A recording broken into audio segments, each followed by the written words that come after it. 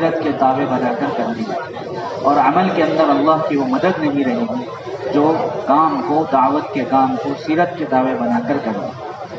نبی کریم صلی اللہ علیہ وسلم کی دعوت کا خاصہ وہ خروج فی سبیل اللہ ہے۔ حضرت جی دامت برکاتہم فرماتی ہیں دین کے قیام کا ذریعہ اللہ کے راستے کا نفر یعنی اللہ کے راستے کا خروج ہے، اور خروج کو چھوڑ دینا یہ دین کے مٹنے کا ذریعہ۔ امت کے ارتداد کو روکنے کا اللہ کے نفر کے سوا کوئی سبب نہیں ہے۔ مسلمانوں کا اپنے دین کو لے کر نقل و حرکت کرنا دین اور اسلام کے تعارف کا ذریعہ ہے، اور امت اگر نقل و حرکت کو چھوڑ دے گی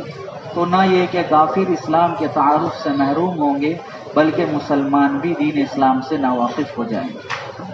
صحابہ کا جو نفر تھا، صحابہ کا جو خروج تھا، وہ دین کے قیام کے لیے تھا، دین کے سیکھنے کے لیے نہیں تھا۔ اگر صحابہ کا خروج دین کے سیکھنے کے لیے ہوتا تو وہ مدینہ کے اندر ٹھہرتے، کیونکہ علم کا مرکز مدینہ تھا۔ صحابہ کا خروج تو اس علم کو سارے عالم میں قائم کرنے کے لیے تھا جو علم انہوں نے مدینہ منورہ کے اندر رہ کر سیکھا۔ اس لیے حضرت فرماتے ہیں اپنے مقام سے نکل کر دعوت دینا یہ اپنے دین میں پختگی کا ذریعہ ہے، اور اپنے مقام سے نکل کر توبہ کرنا یہ توبہ میں پختگی کا ذریعہ ہے۔ دین ہی نفر ہی اس کام کا قوام ہے، اللہ کے راستے کا نفر وہی اس کام کا قوام ہے۔ اگر نفر نہیں ہے تو کوئی کام نہیں، اور دین کی نصرت نفر ہی ہے۔ اللہ تبارک و تعالی نے ارشاد فرمایا الا تنفروه يعذبكم، اگر تم نفر نہیں کرو گے، اللہ کے راستے میں خروج نہیں کرو گے، اللہ تمہیں عذاب دے گا۔ اس لیے مولانا الیاس صاحب رحمۃ اللہ علیہ فرماتے تھے اللہ کے راستے میں نہ نکلنا موجب عذاب ہے، عذاب کو واجب کرنے والا ہے۔ یعنی اگر ہم آگے بڑھ کر لوگوں کو بے دینی سے نہیں روکیں گے تو بے دینی کی وجہ سے جو عمومی عذاب آئے گا اس میں سب گرفتار ہوں گے۔ اس لیے فرمایا الا تنفروه يعذبكم، اگر تم نہیں نکلو گے تو اللہ تمہیں عذاب دیں گے، اور نفر ہی کو اللہ نے نصرت فرمایا، اس لیے آگے فرمایا الا تنصروه فقد نصره اللہ، کہ اگر اپنے میرے رسول کی نصرت نہیں کرو گے تو اللہ نے آپ کی نصرت کی۔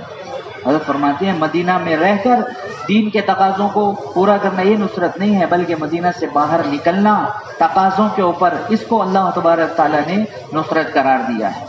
اس لیے میرے بھائیو دوستو، اللہ کے راستے کے خروج کا کوئی بدل نہیں ہے، اور اللہ کے راستے کا خروج یہ دین کے اور دعوت کے قوام اور اس کے قیام کا سب سے یقینی سبب اور ذریعہ ہے۔ حضرت فرماتے ہیں دین کے جس حصے میں کمی دیکھو، اللہ کے راستے کے نقل حرکت کے ذریعے سے اس کو دور کرنے کی کوشش کرو، یہی اصل کام ہے۔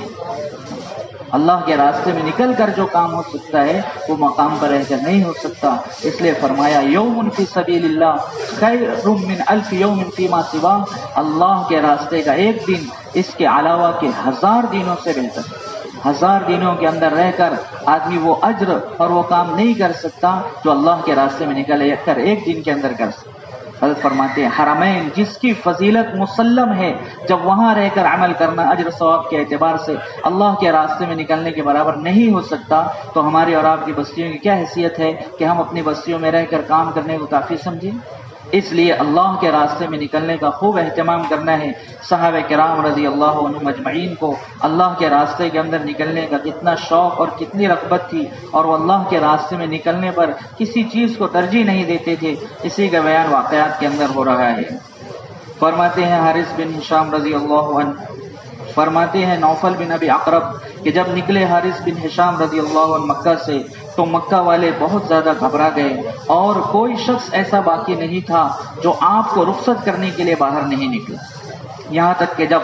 آپ مقام بطحا پر پہنچے تو آپ ٹھہر گئے، اور لوگ بھی آپ کے ارد گرد ٹھہر گئے، اور سارے لوگ رو رہے تھے۔ پس جب انہوں نے لوگوں کے رونے کو دیکھا تو کہا اے لوگو،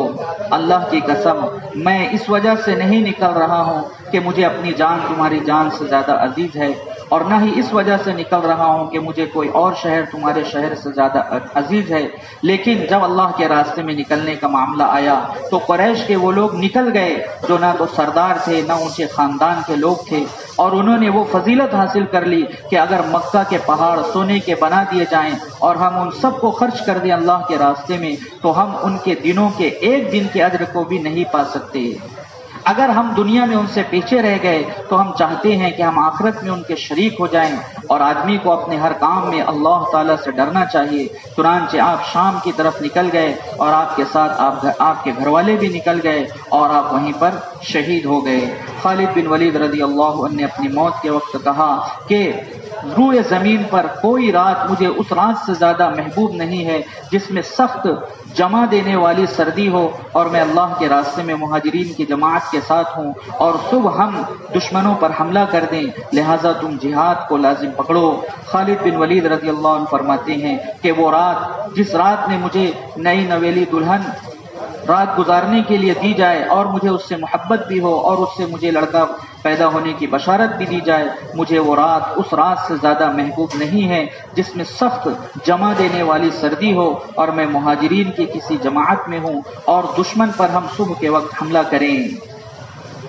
فرماتے ہیں خالد بن ولید رضی اللہ عنہ کہ جہاد فی سبیل اللہ نے مجھے قرآن کی بہت زیادہ قرأت کرنے سے روک دیا۔ دوسری روایت میں فرماتے ہیں کہ اللہ کے جہاد نے بہت زیادہ قرآن سیکھنے سے مجھے مشغول کر دیا۔ فرماتے ہیں ابو وائل کہ جب حضرت خالد بن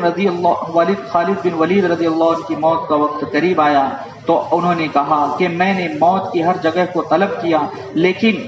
میرے مقدر میں نہیں تھی مگر یہ بات کہ میں اپنے بستر پر وفات پاؤں۔ میرے نزدیک کوئی عمل زیادہ قابل امید نہیں ہے لا الہ الا اللہ کے بعد اس رات کے سوا جسے میں نے اس حال میں گزارا تھا کہ میں ایک ڈھال سے اپنے اوپر سایہ کیے ہوئے تھا اور آسمان ساری رات مجھ پر بارش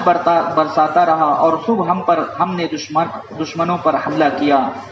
پھر آپ نے فرمایا کہ جب میری وفات ہو جائے تو تم میرے ہتھیار کو اور میرے گھوڑے کو اللہ کے راستے میں وقف کر دینا۔ چنانچہ جب آپ کی وفات ہوئی تو عمر رضی اللہ عنہ آپ کے جنازے کے لیے نکلے اور کہا کہ آل ولید کی عورتوں کو اس بات کی تو اجازت ہے کہ وہ حضرت خالد پر آنسو بہائیں لیکن وہ نہ تو اپنے کپڑے پھاڑے اور نہ ہی چیخیں اور چلائیں۔ فرماتے ہیں